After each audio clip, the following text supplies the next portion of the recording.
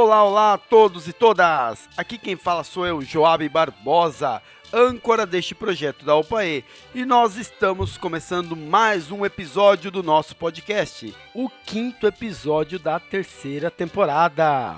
E para quem está chegando agora, a UPAE está em todas as redes sociais, Instagram, Spotify, Face e por aí vai, então siga-nos!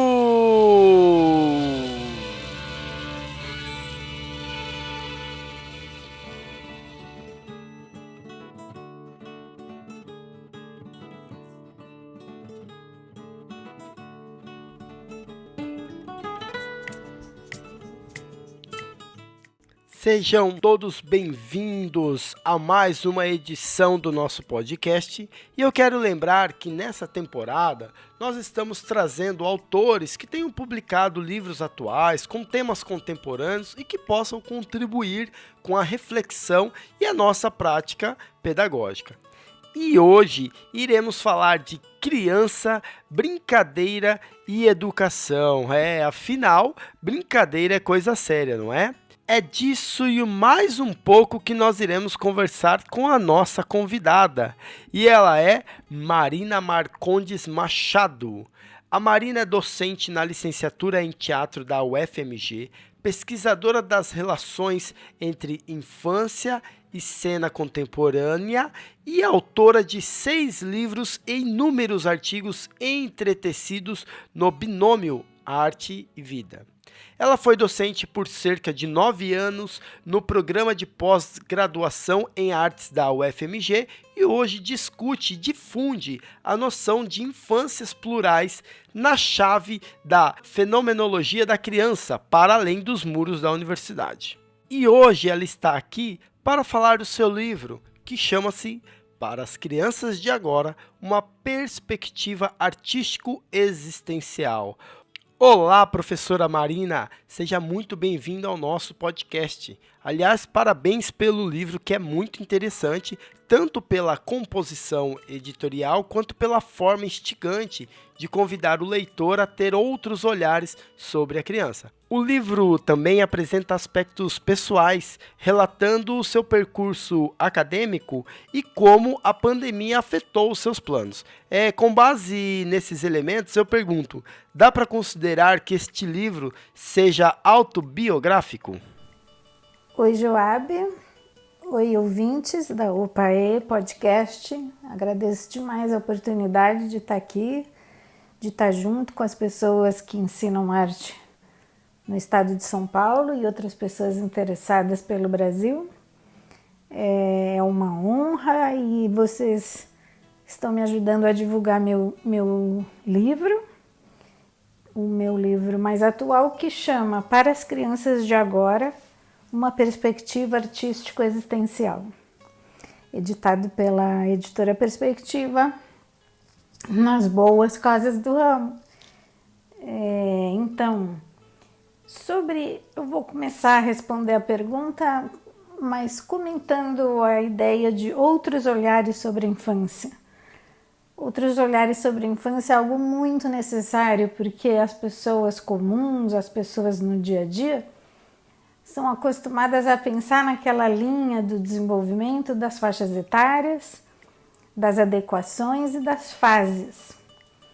Esse outro olhar para a infância é a metodologia da fenomenologia, que é um aspecto da filosofia, um campo da filosofia, e existe a psicologia fenomenológica, que é onde eu trabalho. Eu formei em psicologia, minha graduação é na psicologia, e eu desenvolvo um trabalho de fenomenologia da criança há muitos anos. Na fenomenologia da criança, nós não vamos focar nas faixas etárias e nas fases, nós vamos focar nas pessoas. Quem é Joana? Quem é Ana Paula? Quem é Joab? Então é bem importante demarcar isso. Sim, é um outro olhar para as infâncias. Agora, sobre se o livro é autobiográfico, eu vou ter que responder de um jeito meio ambíguo, dizendo sim e não. O livro é autobiográfico porque dentro do caminho da fenomenologia eu também trabalho seja comigo mesma, minhas ideias, meus percursos, minhas pesquisas e orientações de alunos e estudantes da graduação e vários alunos da pós-graduação, quando eu era da pós-graduação, um aspecto autobiográfico na pesquisa em arte. Então, o autor, seja um jovem da graduação, seja alguém mais maduro na pós-graduação, poder falar de si, poder escrever textos em primeira pessoa, poder estar mergulhado na experiência, evitando aquele jargão de que ciência se faz distanciado, né? Então a arte ir procurando seus caminhos autorais e próprios. E o aspecto de não ser autobiográfico é porque existe ali uma proposta e uma busca de foco no outro, tá? Então o foco da minha proposta no livro não é a pesquisa do adulto, não é o arte educador e seus planos ou os documentos curriculares e etc.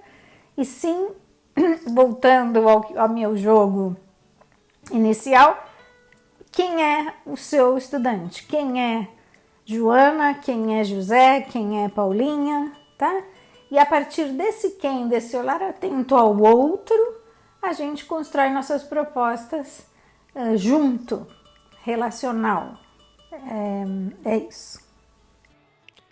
Muito bacana, professora, esse relato que a senhora nos traz, porque sempre tem essa dualidade, né? O professor e o pesquisador, o eu e o outro. Então essa pesquisa, de alguma maneira, traz isso no seu escopo, na sua essência. E professora, a professora Carminda fez a apresentação do livro. E no texto de apresentação, ela relata uma situação vivida por ela, ainda criança, na escola, destacando a insensibilidade da professora de biologia, o que lhe causou um grande mal-estar. E a partir desse relato, ela levanta algumas questões que impactam a formação docente. E entre elas está: como pensamos o mundo?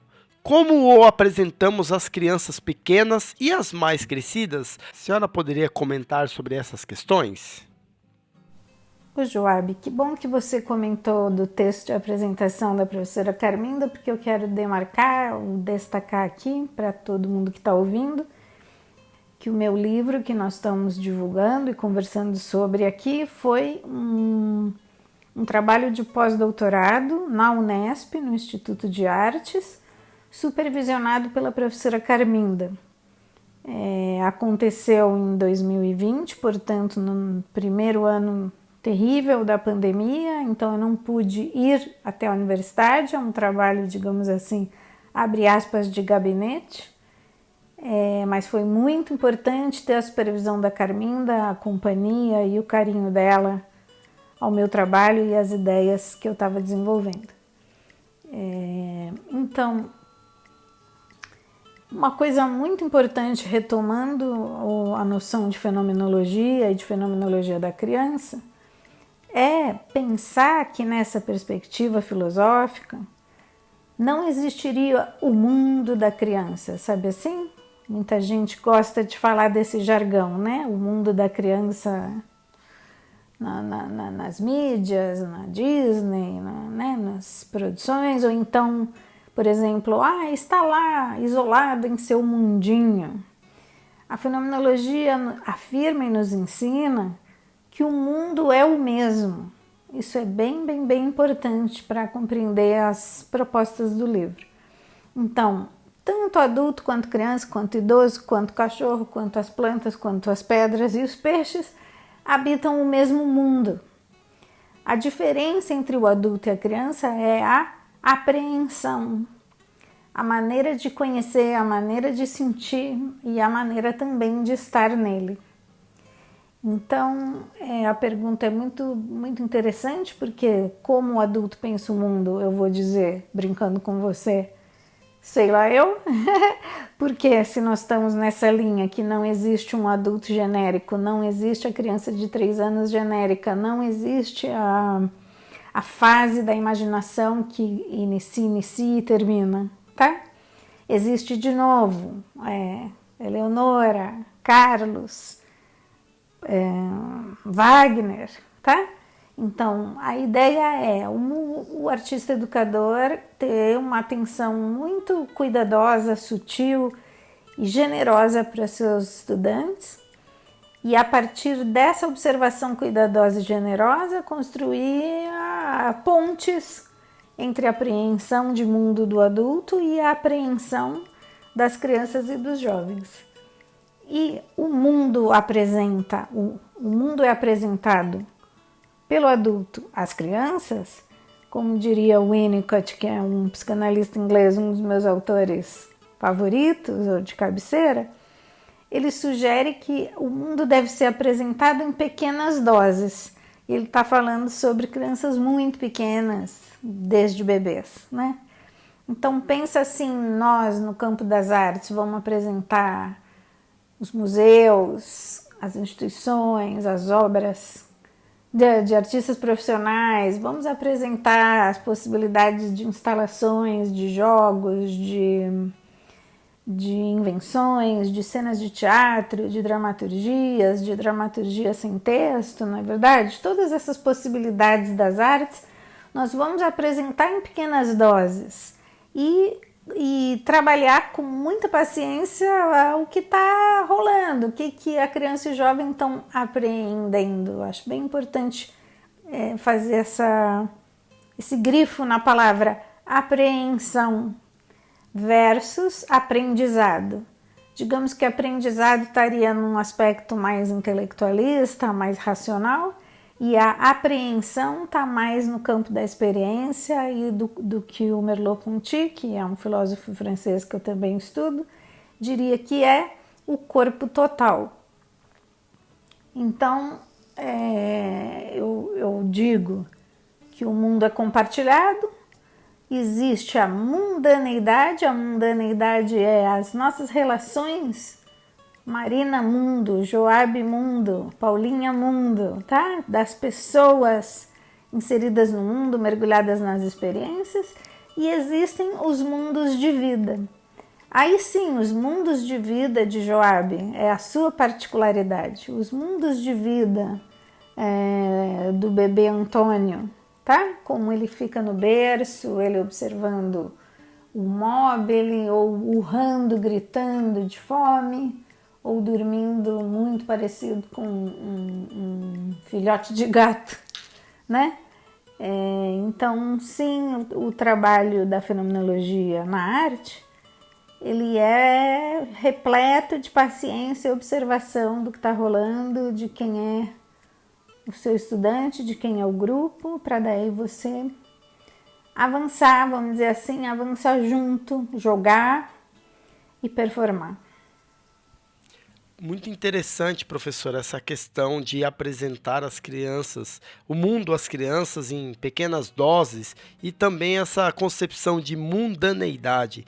Bacana demais, professor. E ainda aproveitando dentro desse tema, a senhora trata da formação dos professores, indo além da questão escolar ao abordar a relação que o adulto deve estabelecer com a criança. E no livro, a senhora apresenta conceitos entrelaçados entre arte, psicologia e fenomenologia, como a senhora já falou um pouco, destacando inclusive Winnicott e Merleau-Ponty, que a senhora falou. A senhora poderia explicar para a gente esse conceito de agachar-se é ir ao chão? Então, Joabe, eu sim posso explicar, mas eu vou dizer que não é exatamente um conceito, é uma invenção. Por mais ou menos 10 anos eu tive um site blog chamado, cujo endereço eletrônico era agachamento.com, e eu inventei um lema. O lema do site blog era: agachar-se é ir ao chão onde a criança está. E isso foi uma síntese feliz, né, das coisas que eu vinha pensando, estudando, observando e propondo. Enfim, por 10 anos muita gente entrou nesse site blog e teve um grande movimento e adesão e discussões. Então, o significado disso, ele é meio, vamos dizer assim, sabe, tipo sabedoria zen.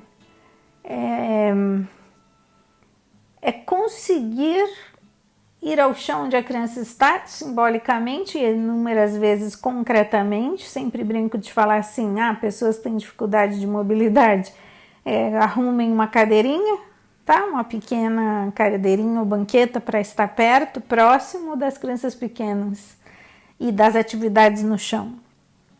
E estar próximo, juntando com as minhas respostas já do nosso bate-papo aqui, estar perto é estar generoso em observação da capacidade estética, da capacidade criativa, das dificuldades daquelas crianças, daqueles jovens especificamente. Então, por que seria zen? Porque é estar ali sem muita avidez de intervenção e de mando. Inclusive no teatro eu gosto de falar para os meus alunos lá na licenciatura em teatro da UFMG que eles precisam desenvolver nas aulas de teatro a arte do comando sem mando, né? Então não é chegando, gente, hoje nós vamos fazer tal coisa, hoje a cena é sobre aquilo lá, hoje tem que ter ensaio. Comando sem mando são inferências, sugestões, perguntas, imagens, mapas, papéis em branco, tintas por si só. O que é interessante de pensar que é uma contracorrente, vamos dizer assim, de uma coisa mais imediatista, daquilo que funciona, ou então aquilo que as crianças querem, o que elas pediram e o que dá certo. Acho bem importante falar isso. O livro Para as Crianças de Agora afirma que as crianças são muito, muito, muito, muito mais do que os adultos no seu cotidiano, os adultos comuns, os adultos que convivem com elas. Na chave das faixas etárias, né, voltando a essa característica da psicologia do desenvolvimento, querem, acreditam ou acham que é o papel do adulto estimular o salto para outra fase, o salto para os X conhecimentos. Então, as crianças, mesmo as menores, elas têm, voltando também ao meu dizer anterior, uma apreensão muito intensa do mundo, das coisas e de você adulto, você educador, você pai, mãe, tia, madrinha. E a ideia é aprender com elas, né? Um tipo de inversão freiriana, né? Vamos dizer assim. Exatamente, professor. É uma ação contrária àquela ideia de que o aluno é uma folha em branco, né? Contrária à ideia de educação bancária que o professor Freire denuncia em seus diversos trabalhos. Professor, em certo momento, a senhora apresenta a criança como performer e no decorrer do texto escreve: a criança pequena encontra-se simplesmente no mundo sem distanciamento, está mergulhada nas relações. Assim, é nesta visada que a criança se encontra muito próxima das prerrogativas da arte contemporânea. Logo após essa afirmação, a senhora menciona uma guinada no ponto de vista. Bem-vindos à perspectiva artístico-existencial. A senhora pode comentar essa guinada, que inclusive dá título ao livro? Joab, eu posso comentar, mas é complicado aqui nos nossos minutos de podcast, porque uma guinada, né, os americanos gostam de falar, né, um turning point, né, um ponto de virada, né, imagina um cavalo numa corrida e ele muda de rumo. Então, a guinada que o livro propõe, vou tentar ir dando significado junto com as outras perguntas, né? A guinada tem a ver com acreditar que não existe o mundo da criança, tá? A guinada também é abandonar propostas diretivas que você queria que desse certo, tá? Então por que isso tá na chave da arte contemporânea? Porque são experimentos, são jogadas, são buracos, frestas, lugares desconhecidos, né? Então, o adulto muitas vezes foi formado de um jeito muito pragmático e com uma temporalidade do relógio, e a proposta é se aproximar de uma outra temporalidade, da temporalidade existencial. Junto com isso, acho que a contribuição mais original do meu trabalho e que está bastante explícita e poetizada no livro é não mais, ou fazer um experimento de não mais definir arte como linguagem. Inclusive pessoas da minha idade, ou um pouco mais velhas, ou um pouco mais novas, talvez tenham acompanhado esse debate, né? Muita gente da área de artes não queria que as artes entrassem no campo do conhecimento das linguagens, que as artes fossem consideradas uma área do conhecimento por si só, as artes e seus âmbitos, né, seus desdobramentos, suas ditas linguagens, né, o teatro, as artes visuais, o cinema, a dança e agora também o audiovisual. Então, mais ou menos 10, 12 anos atrás, eu estava escrevendo um ensaio para o concurso Mário Pedrosa, e eu tive essa sacada, vamos dizer assim, e se não precisar chamar de linguagem do teatro, né? Eu sou do teatro. Como seria? Eu falaria assim, desenvolver ou habitar teatralidades, tá? Esse é o turning point, ou esse é a guinada de ponto de vista, tá? Eu não vou ficar desenvolvendo os conteúdos de teatro com os meus objetivos, por muitas vezes, especialmente para as crianças maiores e os jovens do ensino médio, uma coisa mais técnica, a voz, o corpo, a personagem, tal. Eu vou convidar a ir a um lugar. Então, a teatralidade é um lugar imaginativo, é um respiro, é um planeta, é uma ambientação, é um morrinho, é o que nós imaginarmos que seja, né? Sem, no caso do teatro, sem precisar de parafernália, sem precisar de fumaça de gelo seco, sem precisar de figurinos sofisticados, maquiagem, etc e tal. Lembrando, né, sempre falo isso também para os meus alunos na UFMG, trabalhar teatro com não atores.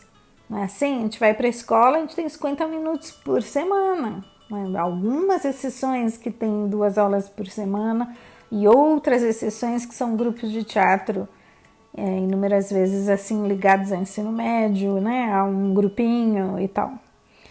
Então, a arte como um lugar é a guinada, é a virada, e a arte como lugar eu estou chamando no livro, e chamei desde aquele ensaio, há mais ou menos 12 anos eu digo, o lugar do teatro, as teatralidades. O lugar da música, as musicalidades. O lugar das artes visuais, as espacialidades. E o lugar da dança, as corporalidades. E a guinada também são coisas indissociáveis, né? Assim, a corporalidade é o eu, é a Antônia, a Joana, o Paulinho, a Marina e o Joab. Somos corporalidades, né? Então a gente pode ir desenvolvendo pautas daquele tipo, todo o corpo dança.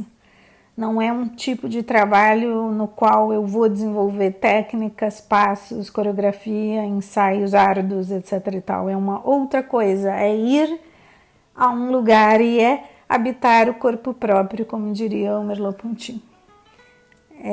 São coisas complexas, inclusive muito filosóficas e poéticas, mas eu tenho certeza que quem está ouvindo o nosso podcast, se interessar e comprar nas boas casas do ramo o livro, né?